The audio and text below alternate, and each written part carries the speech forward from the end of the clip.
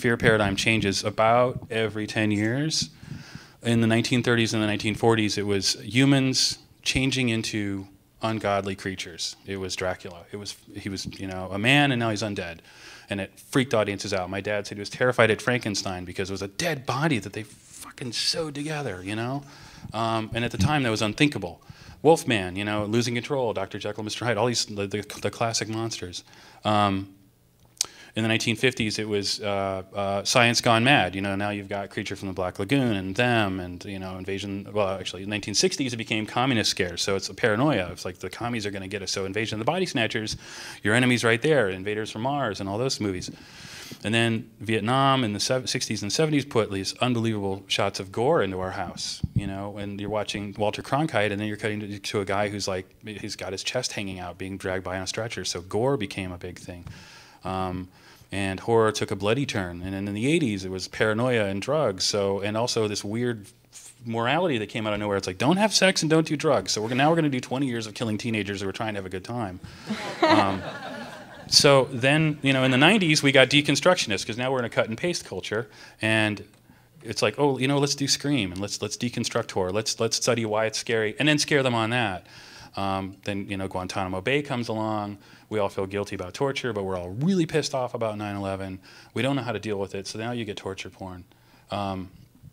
I don't know what the future holds, like you. I'd love to have that house next door to yours.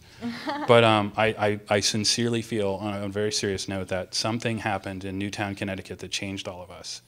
And there's probably no one in here who didn't shed a tear that day. It was horrible. And I'm a parent. I have 2 kids. They're 4 and 9. And it fucking killed me. I had relatives calling and crying, and people I knew who were in Connecticut, and the Facebook, everybody makes the Newtown flag as their Facebook post. To me, it feels like a 9/11. That felt like a big moment. I don't know what to do with it yet, and I think that the writers who start going in that direction of we failed our innocence.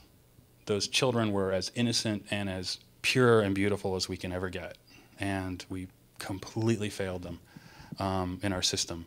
And there are people who say it's mental health, there are people who say that it's guns, there are people who say that it's, you didn't watch your neighbor, there are people who say, and you see the heroes of these 3rd grade teachers. And that was, to me, as horrific as 9/11. And I think it's as horrific as the Vietnam War. And I think it's as horrific as the communists may take us over, because that really scared that generation. I think there's a fear paradigm shift. And I think if you're cued into it, and I think there were 2 particular things that came before it, but reflect what I think may be to come, like The Walking Dead. He's protecting that little boy and the wife, and that's the protection of innocence. And even before it happened, it got us. And I think that things like that are insidious, where it's parents trying to save a child that they don't think they can save. I think those are really important things. And I think just being cued into the news a little bit and how your own feelings are about the news is a big step in writing the right screenplay.